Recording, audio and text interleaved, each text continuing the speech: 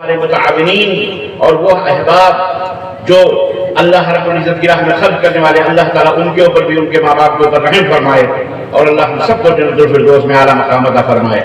صدر عالی مقام آپ کی خدمت میں دین کی دوری کے اسباب بیان فرما رہے تھے، جس میں انہوں نے ایک بات بتائی تھی کہ دعاؤں کا اہتمام کریں کہ دعائیں سلاح المومن، مومن کا ہتھیار ہے۔ آپ کے پاس بہت بڑا بم ہے، بہت بڑا ہتھیار ہے، پتہ ہے وہ ہتھیار نہیں جس سے کہ لوگ ایک دوسرے کا خون کرتے ہیں، وہ ہتھیار نہیں کہ جس سے فساد اور فتنے پھیلاتے ہیں۔ مومن کے پاس بہت بڑا ہتھیار ہے اور بہت چھپا کے اسے رکھا کیجئے، اور یقیناً وہ ہتھیار کا ایسا کہ بہت سارے لوگوں کی نظر بھی نہیں پڑے گی۔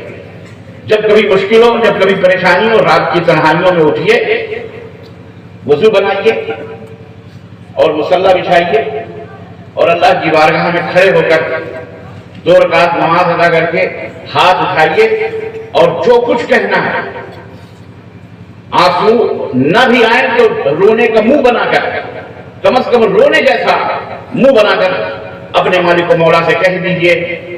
اگر دل کی گہرائیوں سے آپ نے وہ بات کہی ہے اور اللہ رب العزت کی بارگاہ میں اس نے قبولیت حاصل کر لی ہے تو سورج بعد میں نکلے گا، ہاتھ آپ کے بعد میں دعاؤں سے نیچے گریں گے، رب کی بارگاہ میں وہ پہلے قبول ہو جائیں گے انشاءاللہ تبارک و تعالی۔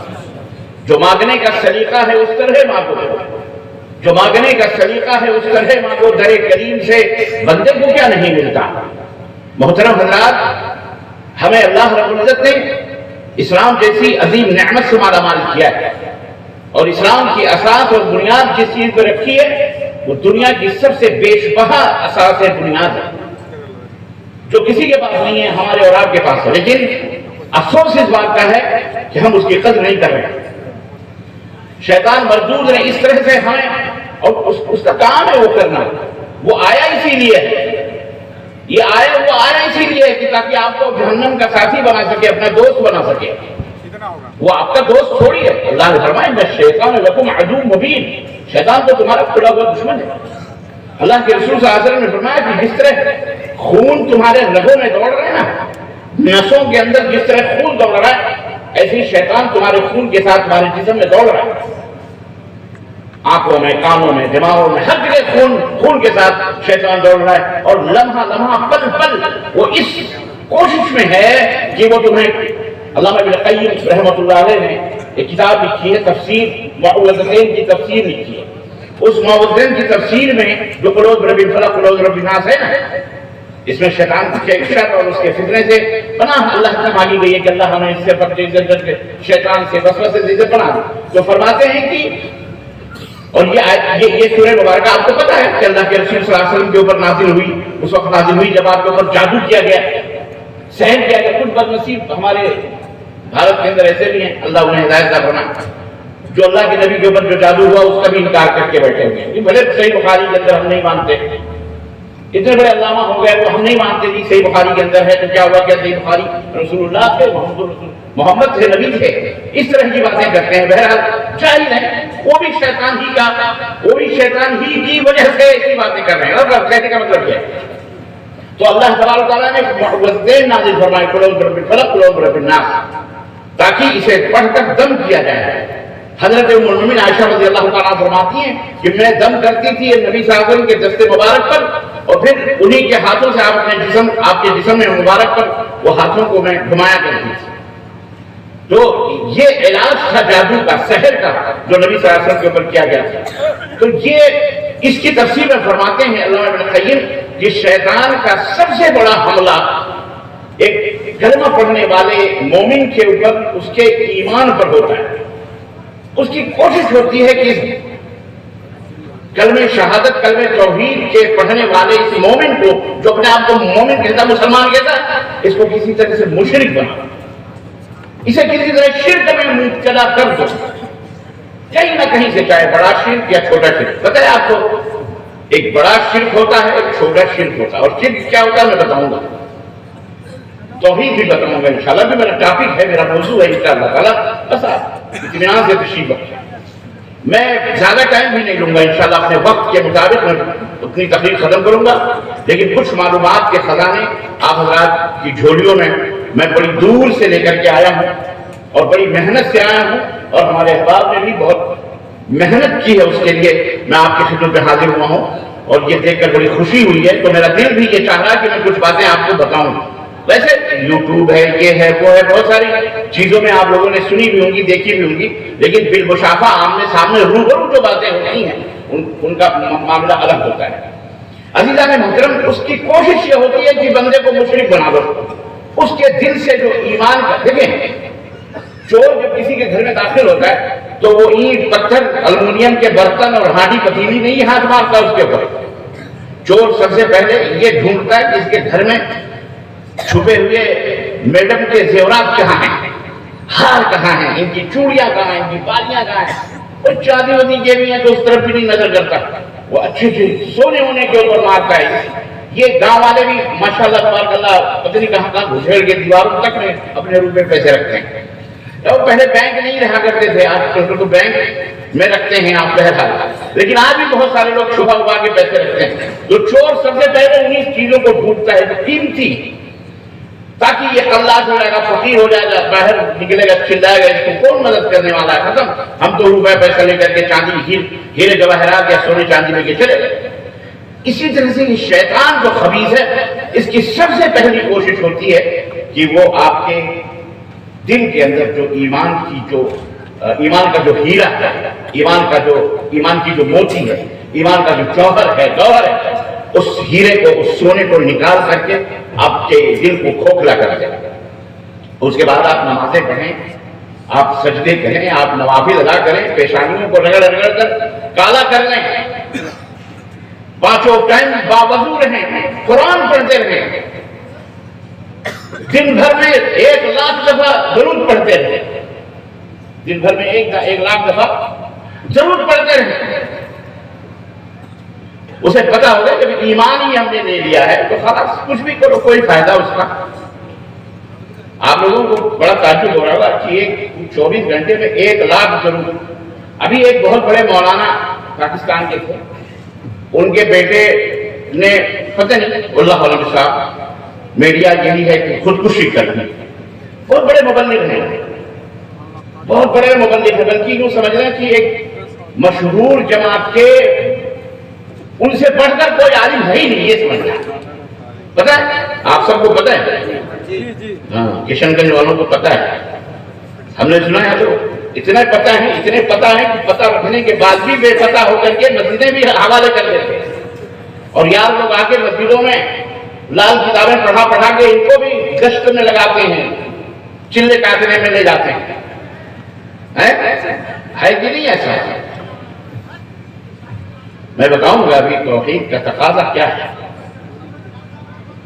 اتنا بھولا انسان کو نہیں بننا چاہیے کہ نمک اور شکر میں فرق ہی نہ کر پائے اور کہے نمک بھی تو سفید ہو، شکر بھی تو سفید ہے، نمک بھی تو سفید، دونوں میں فرق کیا ہے؟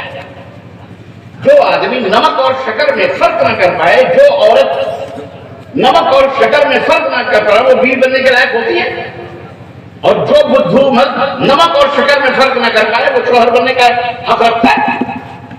نہیں۔ عزیزان گرامی سمجھیے، کوشش کیجئے، نمک کی بھی شکل ایک ہوتی ہے، شکر کی بھی شکل ایک ہوتی ہے، لیکن دونوں میں فرق ہے کہ نہیں فرق؟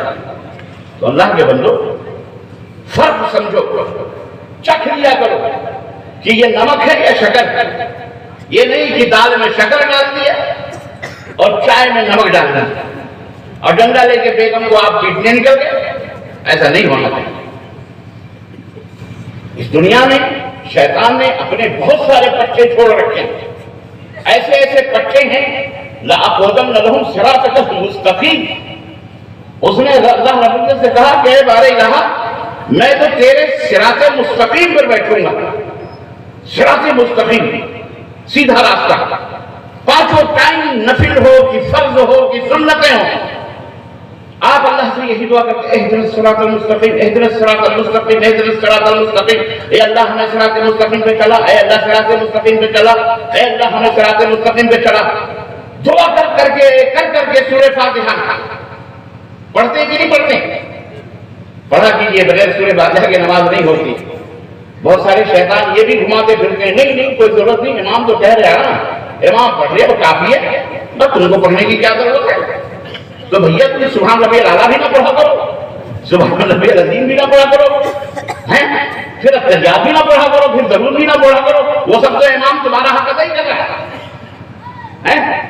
عجیب و غریب شیطان نے لوگوں کو الجھنوں میں رکھا ہوا ہے۔ الغرض کہنے کا مطلب یہ ہے کہ وہ بہت بڑی جماعت ہے، نام لے لوں ناراض تو نہیں ہوں گے؟ بہت سارے لوگوں جب میں نام دے دیتا ہوں تو کہتے ہیں کہ یار یہ غلط کرتے ہیں، لبان آپ تشدد کرتے ہیں۔ میں تشدد نہیں کرتا، دودھ کی جلی بلی چھاگ بھی پھونک پھونک کے پیتی ہے۔ بہت جلا ہوا بندہ ہوں میں، بہت جلا ہوا، اس لیے مجھے داڑھی اور پگڑی اور امامے اور ٹوپیوں میں ایسا نہیں ہے کہ میں دھوکہ کھا لوں۔ میں ایک ایک تار کو گننے کی کوشش کرتا ہوں، اس کی حقیقت تک پہنچنے کی کوشش کرتا ہوں، تب میں اس کی بات سنتا ہوں اور اسے لوگوں تک پہنچانے کی کوشش کرتا ہوں۔ یہ اللہ رب العزت کا فضل اور اس کا احسان ہے۔ تبلیغی جماعت کے بہت بڑے ہیرو ہیں پاکستان کے، مولانا طارق جمیل،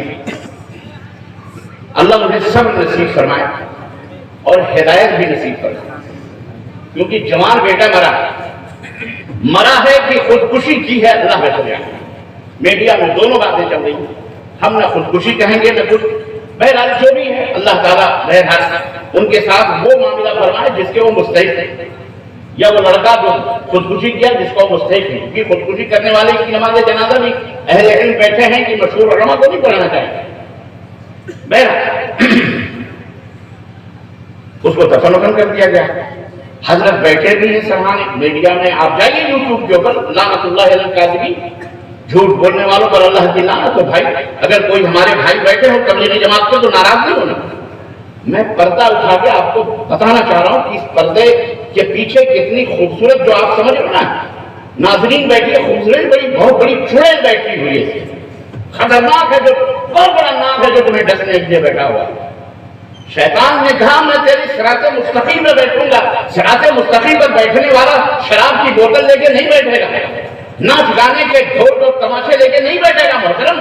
صراط مستقیم وہ پاکیزہ راستہ ہے جو جنت کی طرف جانے والا راستہ ہے، اس کے اوپر بیٹھنے والا، گمراہی کرنے والا، وہ اس طرح سے کنگال اور فقیر اور ہاتھوں میں چوڑیاں اور کانوں میں بالیاں پہن کے نہیں بیٹھے، بلکہ وہ اتنا مہذب اور اتنا محترم اور ایسا لبادہ اوڑھ کے بیٹھے گا کہ فرشتے کیا کہتے ہیں، وہ دامن نچوڑ دے تو فرشتے وضو کریں، فرشتے ہو تو بہت گئے آدمی کیا ہے، ایسا بیٹھے گا محترم۔ وہ شیطان مردود ایسا بھیس بنا کے بیٹھے گا۔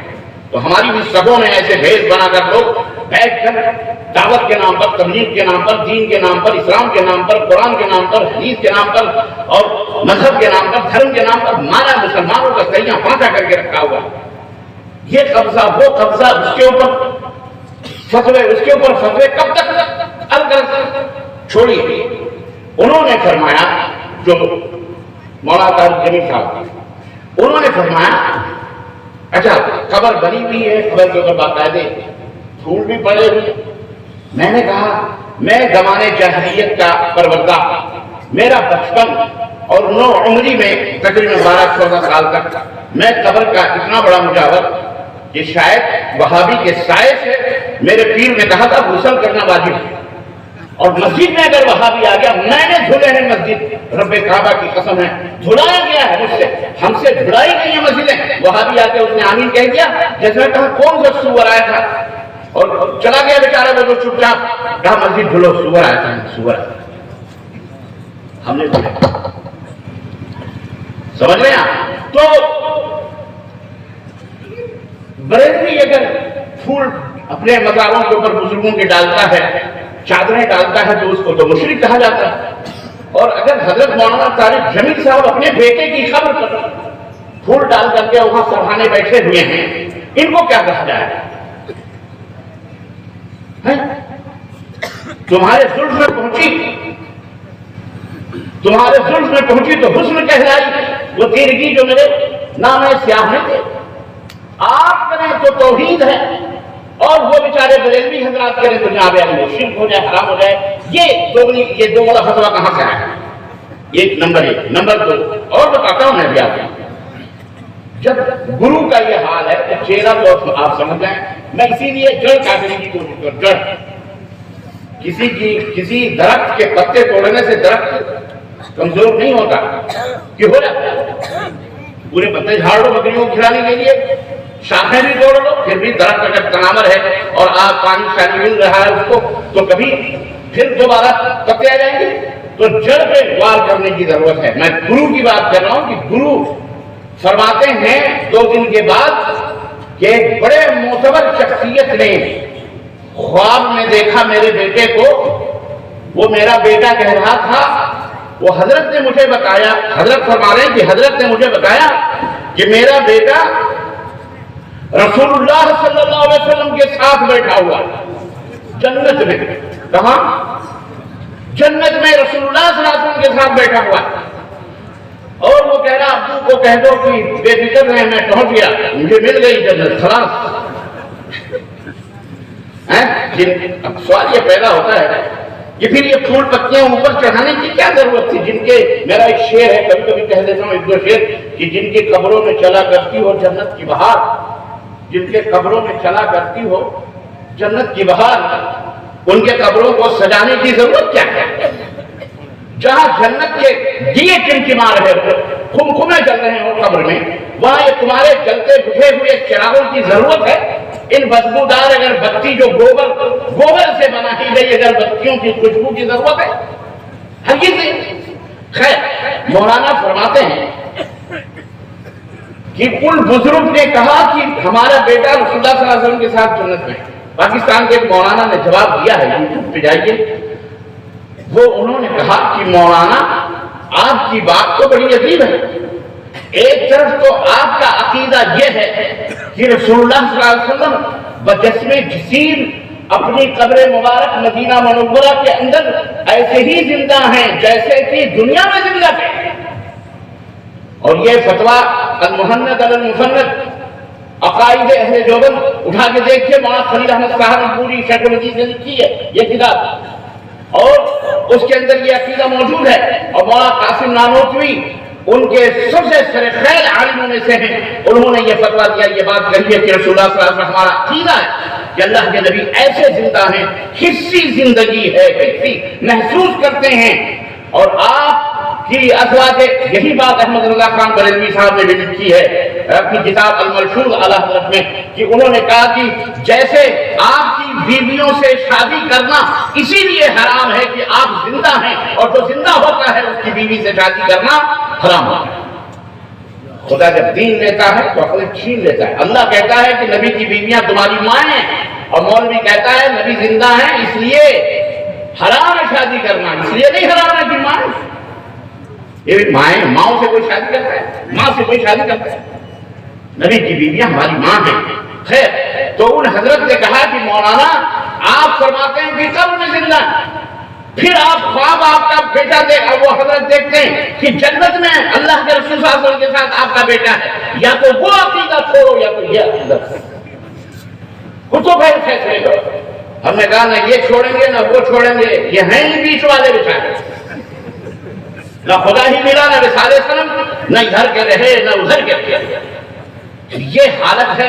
اچھا، ایک تو گپ یہ خوابوں کی جو دنیا ہے، خوابوں کا دین ہے، ایک گپ تو مولانا نے یہ مان لیا، چلو ٹھیک ہے مان لیا، چلو بھائی اللہ کے نبی کے ساتھ.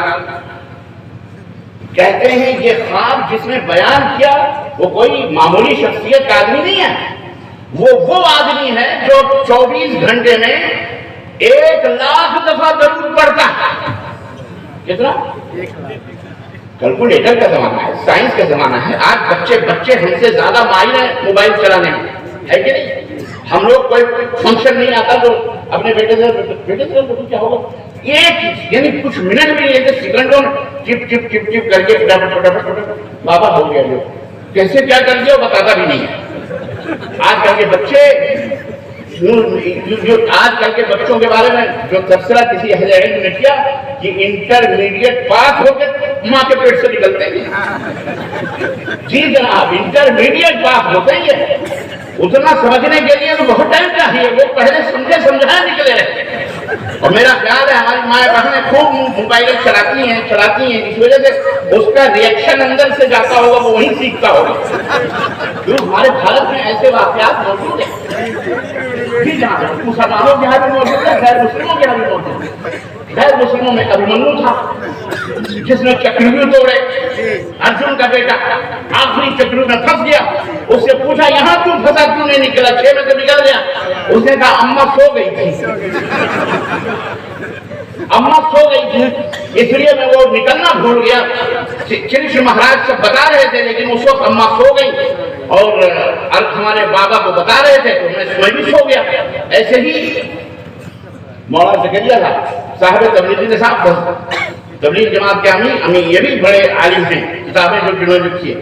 انہوں نے لکھا ہمارے والد کو پیدا ہوئے تھے تو پاؤ پارا قرآن کا حفظ تھا، پیٹ ہی میں حفظ، کیونکہ ان کے دادی بہت قرآن پڑھتے. تو ایسا چلتا ہے. اب یہ کمپیوٹر کا زمانہ میں آج یہ کر رہا تھا کر کے بچے بھی سب کچھ جانتے ہیں. مطلب ذرا دور رکھو بچوں کو اور خود بھی دور رہو اس فتنے سے. بہت بڑا فتنہ سمجھ لو ہے. اس پہ باتیں بتائیں مجھے، ہمارا موضوع نہیں ہے. کسی منچلے نے نوجوان نے حساب لگایا کہ 1,00,000 مرتبہ درود، اور وہ بھی درود ابراہیمی مان لو.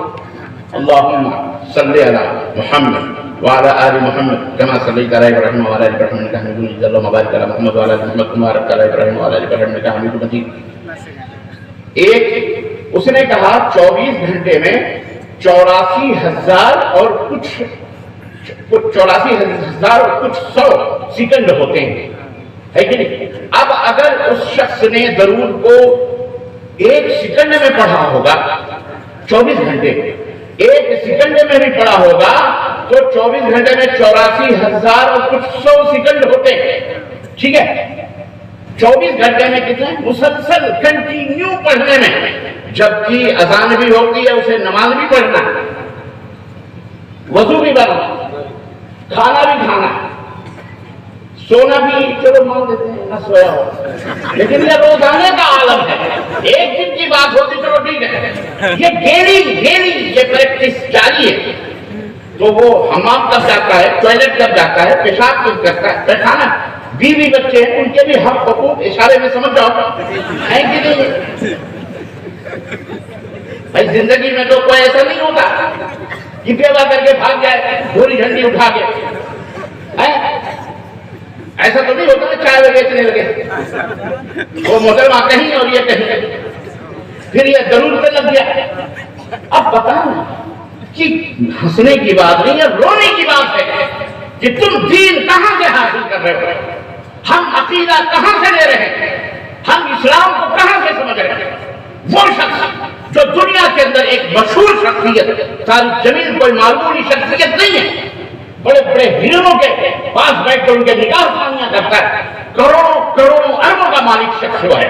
بڑے بڑے وزیروں کی بڑے مائیں مرتی ہیں، بہن مرتی ہیں، خود مرتے ہیں، ان کی نماز جنازہ پڑھائی جاتی ہے اس شخص سے. آپ کیا سمجھتے ہیں؟ کوئی معمولی شخصیت نہیں ہے. وہ شخص آپ کے دور میں ہمارے سامنے، چھوڑو ان کتابوں کو جو لکھی گئی، جھوٹ کے پلندے جہاں سے نکلے، چاہے دارالعلوم سے نکلے چاہے کہیں سے نکلے، وہ مر گئے. میں تو زندوں کے اوپر رونا چاہ رہا ہوں اور آپ کو ہم کو رونا ہے کہ اتنا بڑا جھوٹ نہ زمین میں سمائے نہ آسمان میں. کیلکولیٹر کا زمانہ، کیلکولیشن کر کے آج کل کا نوجوان سمجھ جاتا ہے 84,000 اور کچھ سیکنڈ ہوتے ہیں 24 گھنٹے میں. وہ کھائے گا کب، بھاگے گا کب، موٹے گا کب، سوئے گا کب، نماز کب پڑھے گا، وضو کب کرے گا، وہ یہ سب نہیں کرے گا. وہ ضروری پڑھتا ہے. ایک حضرت لکھ کے مر گئے اپنی کتاب میں کہ ایک بندہ حج کرنے جا رہا تھا، اس کا باپ مر گیا، منہ سور کا ہو گیا. جی منہ سور کا ہو گیا. ایسی حالت میں بچے کو نیند لگ گئی. ان کو نیند بڑی آتی ہے. مسئلہ یہ بھی ہے، خوابوں کا انتظار رہتا ہے، نیند نہ آئے گی تو خواب کیسے دیکھیں. تو نیند آتی ہے، اور نیند آئی. اس نے دیکھا کہ حضرت آئے ہیں. حضرت کے چہرے کے اوپر ہاتھ پھیرا اور منہ چمکنے لگا. کہا حضور آپ کون ہیں؟ میرے باپ کا چہرہ کو. کہاں تیرا باپ حرام کھاتا تھا اس لیے اس کا منہ سور کا ہو گیا، لیکن یہ میرے اوپر درود پڑھا کرتا تھا اس لیے اس کی برکت سے میں آیا ہوں اور جناب اس کے چہرے پر ہاتھ پھیر دیا تو اس کا چہرہ نورانی ہو گیا. حرام کھاؤ، درود کی تسبیحیں بھانجو، ڈھکیلو تسبیح، یہی تعلیم. اچھا میری نہیں سمجھ میں ایک بات نہیں کہ اگر وہ مر گیا تھا راستے میں تو رسول اللہ صلی اللہ علیہ وسلم کو کیسے پتہ چلا مرنے کے بعد کہ میرا ایک درود پڑھنے والا مر گیا ہے، اس کا منہ سور کا ہو گیا؟ اللہ کے نبی کو کہتے. وہ تو کہتے ہیں یہی تو بات ہے مولانا، یہی تو آگے لکڑی پھنستی ہے، یہی تو آگے لکڑی پھنستی ہے. پھر میں وہی کہتا ہوں کہ الگ جماعتیں فرقے بنانے کی ضرورت کیا ہے؟ مل جاؤ آپس میں. دیوبند بریلی دو ملک ہیں، دو شہر ہیں بھارت کے مشہور. ایک خان صاحب کی پارٹی ہے، ایک شیخ شیوخ کی پارٹی ہے. یہ شیخ اور پٹھان کی لڑائیوں میں دوسرے کی مرغیاں حرام ہو رہی تھیں. الغرض میرے عزیزوں وقت نہیں ہے میرے پاس. توحید کا تقاضا میرا موضوع ہے. آپ کہاں سے نکلی؟ یہ آگ انہوں نے لگائی، انہوں نے تیلی لگائی کہ اعلیٰ حضرت کی وہ کریں گے. محترم دل کے پھکولے میں کہاں تک میں آپ کو چڑھاؤں. کہنے کا مطلب یہ ہے کہ شیطان کا جب حملہ ہوتا ہے تو سب سے پہلے ایمان پر ہوتا ہے. اس آدمی کو مشرک بنا دو اور تسبیح اور لوٹے اور ہاتھ میں پکڑا دو مسلح. حالات سوتا ہے. ایک دفعہ شیطان سو رہا. ایک واقعہ حضرت امیر معاویہ کا ہے. شیطان نے خود آ کر کے مطلب سلا دیا، نیند آ گئی. امیر المومنین تو سو گئے اور صبح اٹھے تو فجر کی نماز ہو چکی تھی، دن نکل چکا تھا، قضا ہو گئی. تو حکم یہ ہے کہ اگر آدمی سو گیا غفلت سے تو اٹھے تو اللہ کے نبی نے فرمایا کہ جب اٹھے تو ادا کر لے، وہی اس وقت ادا ہو جاتی ہے. سمجھے؟ حضرت امیر معاویہ نے اللہ کی بارگاہ میں نماز ادا کی اور دعائیں کی، اور اس کے بدلے میں تقریباً مجھے عدد کا پتہ نہیں ہے لیکن بہت زیادہ نوافل ادا کری اس کے اللہ کو راضی کرنے کے لیے، اور نوافل نمازیں بہت زیادہ ادا کری، بہت زیادہ ادا کرا. دوسرے دن سوئے ہوئے تھے کہ اتفاق سے دروازے پہ کسی نے کھٹکا مارا تو کہا کون؟ کہا نماز اذان ہو گئی ہے، اٹھ جائیے نماز پڑھ لیجیے. کہا تو ہے کون جو مجھے جگا رہا ہے؟ کہا میں شیطان ہوں. کہا تو تیرا کام تو سلانے کا ہے، تو جگانے کیوں ہے؟ کہا کل سلا دیا تھا آپ نے، اتنی نمازیں پڑھی کہ قضا اتنی فرض پڑھ لیتے تو اتنا ثواب نہ ملتا جتنا آپ نے قضا پڑھی، اس کے بعد کتنی نوافل پڑھی، اتنا زیادہ ثواب آپ کو مل گیا اور اللہ اتنا خوش ہوا آپ سے. اس لیے میں سوچا جگہ تو صرف اتنی مل جائے جتنی ملنی چاہیے، پھر نہ آپ آج کے دن. تو شیطان کا تو کام ہے کہ کسی بھی طرح سے آپ کو گمراہ کرے آپ کے ایمان تو اس کا ایمان چھین لیتا، بات ختم، اس کے بعد چلے. عزیزان گرامی یہی ایمان کی بنیاد، ایمان کی جو سب سے پہلی بنیاد ہے وہ کیا ہے؟ آمنت باللہ، میں ایمان ہے اللہ پر ایمان، اللہ کے اوپر ایمان لانا، وشواس کرنا، یقین کرنا، یہ اسلام کی بہت ہی اساسی بنیادی چیز ہے جسے ہم توحید کہتے ہیں. جسے ہم کیا کہتے ہیں؟ توحید کہتے ہیں.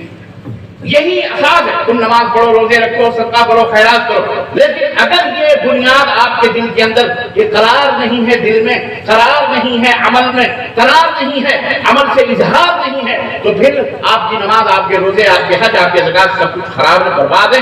اللہ تبارک تعالیٰ کے یہاں قابل قبول نہیں.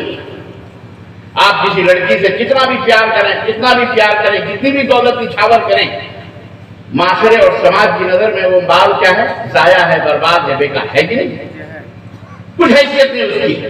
لیکن اگر آپ نے نکاح کر لیا، شادی کر لی، ماشاءاللہ تبارک اللہ، پھر تو آپ کی ہری جتنا مال خرچ کرو گے اتنی شہرت ہوگی، نام ہوگی، سسرال میں عزت ہوگی، آؤ بھگت ہوگی. خالی جب سسرال میں جاؤ گے ایک دو دفعہ عزت ہوگی، باقی دوسری دفعہ اتنی کون آیا ہے آدمی، نہ سارے توجہ دیں گے، نہ کوئی بیوی توجہ، نہ کوئی توجہ. اس لیے جب کلمہ توحید پڑھ لو گے تو 2 رکعت نماز بھی پڑھنے کا اجر اللہ تبارک تعالیٰ کئی گنا آپ کو ادا کرے گا. توحید نہیں ہے تو بیکار، سب کچھ بیکار. یاد رکھیں سب کچھ بیکار. توحید ہی اصل ہے، اس کو سمجھو، اس کی حفاظت کرو. یہی وہ دولت ہے کہ جس کے لیے اللہ تبارک تعالیٰ نے قرآن، جس کی حفاظت کے لیے اور جس کی دعوت کے لیے اللہ نے قرآن کو نازل فرمایا، توریت کو نازل فرمایا، زبور کو نازل فرمایا. 1,24,000 معذرت کے ساتھ کم و بیش ضعیف روایت کے ہوتے ہوئے بھی اکاؤنٹ میں کروں 1,24,000 یا بے شمار نبیوں اور رسولوں کو اللہ تبارک و تعالیٰ نے اسی ایک میسج کو دینے کے لیے اس دنیا میں پیدا فرمایا. پورا قرآن اسی لیے نازل فرمایا. اور آگے میں بڑھ کے کہوں یہ زمین ہو کہ آسمان ہو کہ سورج ہو کہ چاند ہو کہ تارے ہو، ہم ہو کہ تم ہو کہ جن ہو کہ شیطان، سب کو اللہ تبارک و تعالیٰ نے اسی توحید کو غالب کرنے کے لیے، اسی توحید پر عمل کرنے کے لیے، اسی توحید کی دعوت اور پیغام دونوں تک پہنچانے کے لیے اللہ نے بنایا. اور اسی لیے فرمایا اللہ کے رسول نے جب تک یہ کلمہ توحید رہے گا اس دنیا کے اندر تب تک یہ سورج کی روشنی بھی رہے گی، چاند کی چمک بھی رہے گی، رات کی یہ اندھیرا پن بھی رہے گا، دن کا اجالا بھی رہے گا، اور چنچل شوخ موجیں بھی رہیں گی، دریا پہاڑ ہوائیں فضائیں سب کچھ برقرار رہے گی. ایک اگر کلمہ توحید کا حق ادا کرنے والا اس روئے زمین پر رہے گا تب تک یہ ساری کائنات اللہ رب العزت برقرار رکھے گا. اب آپ سوچ سکتے ہیں کہ اس کلمہ توحید کی اہمیت اللہ تبارک و تعالیٰ کی کتنی بڑی ہے. ایک دفعہ حضرت موسیٰ نے کہا کہ اللہ تعالیٰ مجھے کوئی ایسا کلمہ بتا دے جس سے میں تمہیں یاد کروں اسپیشل طریقے سے. کیسے کوئی MLA ہے، کوئی MP ہے، کوئی وزیر ہے کہ نہیں، آپ کا دوست ہے یا آپ ملے تو سب، یا کوئی انسپیکٹر ہے یا کوئی آفیسر ہے، سر آپ ایک ایسا نمبر دے دو، آپ تو مشغول آدمی ہیں، بہت سارے نمبر آپ کے پاس ہوں گے، اسپیشل نمبر دے دو کہ جب بھی میں آپ کو کال کروں تو آپ ہی ڈائریکٹ اٹھائیں، کوئی آپ کا پیے کھائے پیے منشی نہ اٹھائے، آپ ہی ڈائریکٹ اٹھائیں، ہے کہ نہیں. ایسے نمبرات ہوتے ہیں سب کے پاس. ایسے موسیٰ علیہ السلام نے کہا کہ اللہ کوئی ایسا کلمہ بتا دے کہ میں تجھے یاد کرتا ہوں. اللہ تبارک و تعالیٰ نے موسیٰ لا الہ الا اللہ پڑھا کرو، یہ میرے نزدیک بہت اہم ہے. موسیٰ علیہ السلام نے کہا کہ یہ تو پوری دنیا پڑھتی ہے، اس میں کون سی خصوصیت ہے کہ نہیں، یہ تو پوری دنیا پڑھتی ہے. اللہ تعالیٰ کوئی اسپیشل کوئی ایسا اس میں اعظم ہو، ایسا کلمہ ہو جسے تو یاد. تب اللہ نے اس کی اہمیت بتائی کہ موسیٰ اگر میرے علاوہ پوری روئے زمین آسمان اور زمین کو اور اس کے درمیان جتنی بھی چیزیں ترازو کے ایک پلڑے پر رکھ دیں اور صرف کلمہ لا الہ الا اللہ کو ترازو کے ایک پلڑے پر رکھ دو تو اللہ کا یہ کلمہ زمین و آسمان سے کہیں زیادہ بھاری ہو جائے گا اور زمین و آسمان کا پلڑا نیچے ہو جائے گا. اللہ اڑ جائے گا زمین و آسمان کا پلڑا، اللہ کا یہ کلمہ بھاری ہو جائے گا، زمین پر ہے. یہ وہ عظیم کلمہ ہے کلمہ توحید.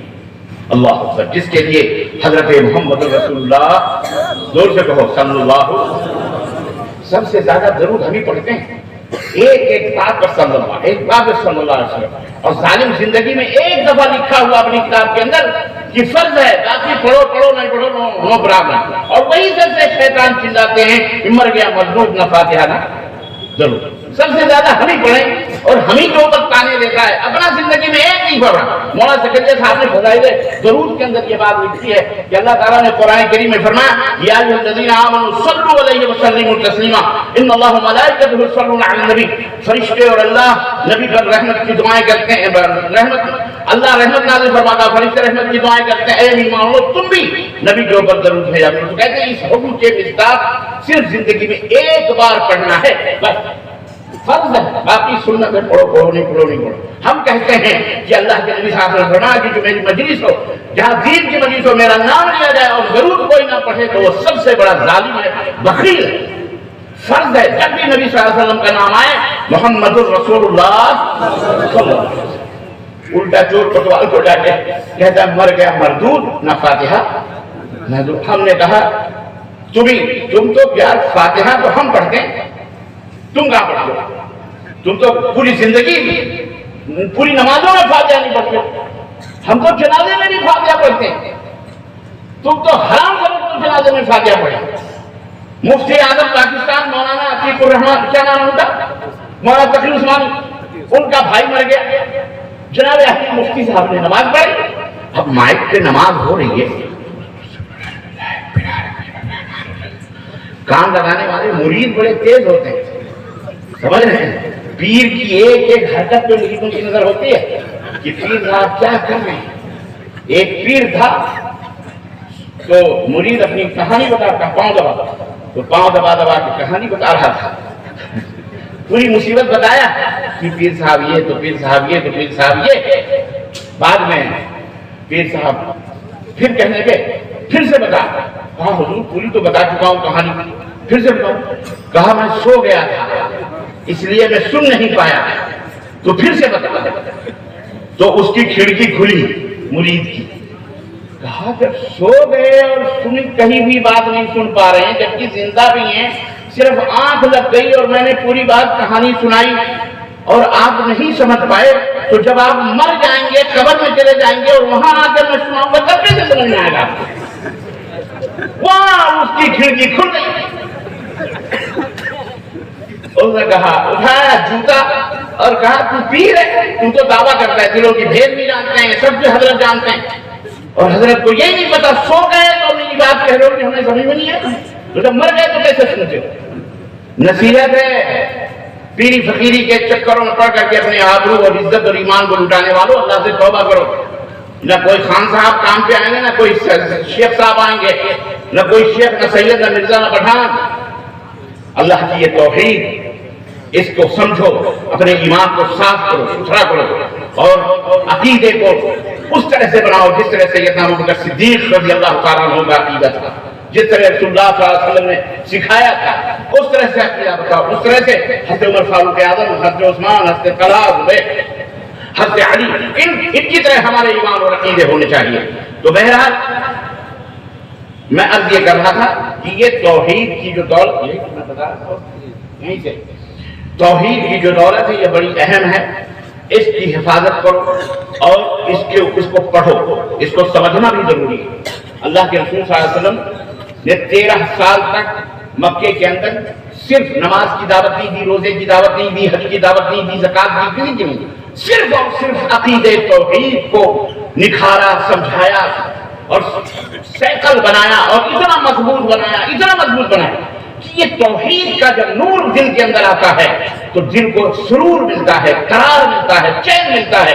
سیدنا بلال حبشی جب تپتے ہوئے ریگزاروں کے اوپر گھسیٹے جاتے تھے اور ان کا جو کفیل تھا, ان کا جو مالک تھا, جب ان کی گردن کے اوپر پاؤں رکھ کر کے جب کھڑا ہوتا تھا اور کہتا تھا انکار کر دے محمد کی دعوت کا صلی اللہ علیہ وسلم, انکار کر دے, لیکن وہ اہد چلاتے تھے, اللہ ایک, انکار کر دے. بعد میں جب آزاد ہوئے تو لوگوں نے پوچھا بلال تکلیف نہیں ہوتی تھی تم کو, اتنے ستائے گئے, تکلیف نہیں ہوتی تھی؟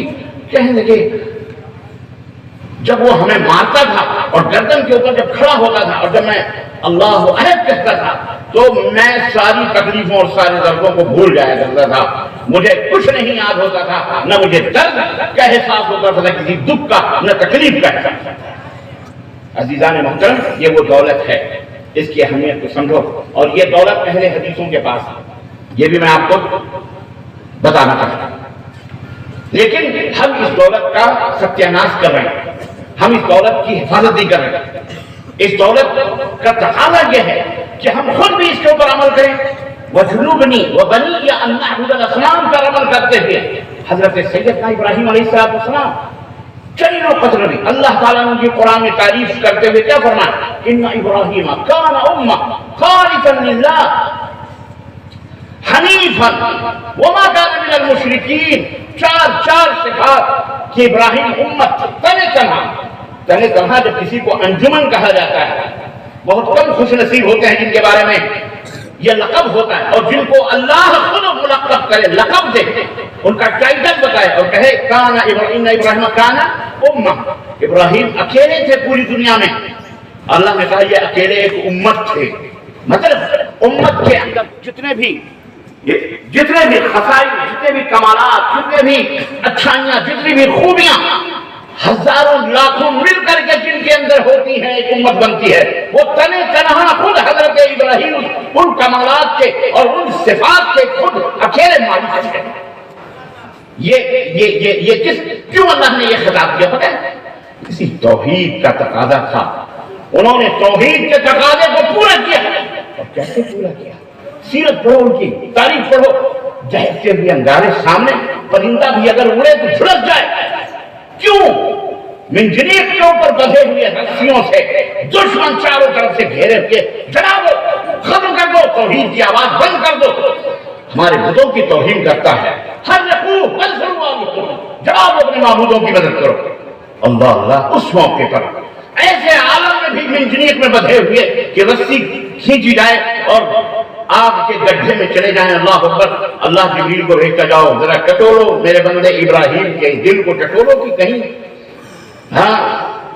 کہیں کچھ کمی ہونی تو نہیں ہے۔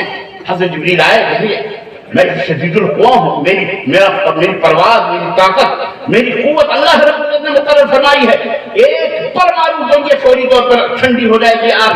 اگر آپ یہاں سے نکلنا چاہتے ہیں، میری مدد کی ضرورت ہے، تو میں آپ کو یہاں سے نکال کر ایسی جگہ لے جاؤں کہ آپ کا نام و نشان نہ پائیں، آرام سے میں اٹھا لوں گا۔ اللہ اکبر، سیدنا ابراہیم نے کیا نہیں سوچا ہوگا، لیکن انہوں نے تو یہ بھی سوچا ہوگا کہ جبریل یہ آیا کیوں ہے، یہ تو لا یعصون ہیں، یہ رب کے کسی حکم کی نافرمانی بھی نہیں کرتے۔ جب اللہ کا اشارہ ہوتا ہے جب ہی یہ رکتا ہے اپنی جگہ سے، سدرۃ المنتہا سے پرواز بھرتا ہے اسی وقت جب رب کا اشارہ ہوتا ہے۔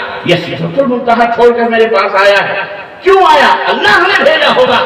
سمجھ گیا اللہ کا خلیل، حسبی اللہ ونعم الوکیل، تیری مدد کی ضرورت نہیں ہے۔ یہ ہے توحید۔ توحید تو یہ ہے کہ خدا حشر میں کہہ دے کہ یہ بندہ تو عالم سے خفا میرے لیے، نہ جبریل کی ضرورت ہے، کسی کی ضرورت، کہا تیری مدد کی ضرورت نہیں ہے، تیرے نصرت کی ضرورت نہیں ہے، حسبی اللہ ونعم الوکیل، میرے لیے میرا محافظ اللہ ہی کافی ہے۔ یہ ہوتی ہے توحید کا تقاضا ہے۔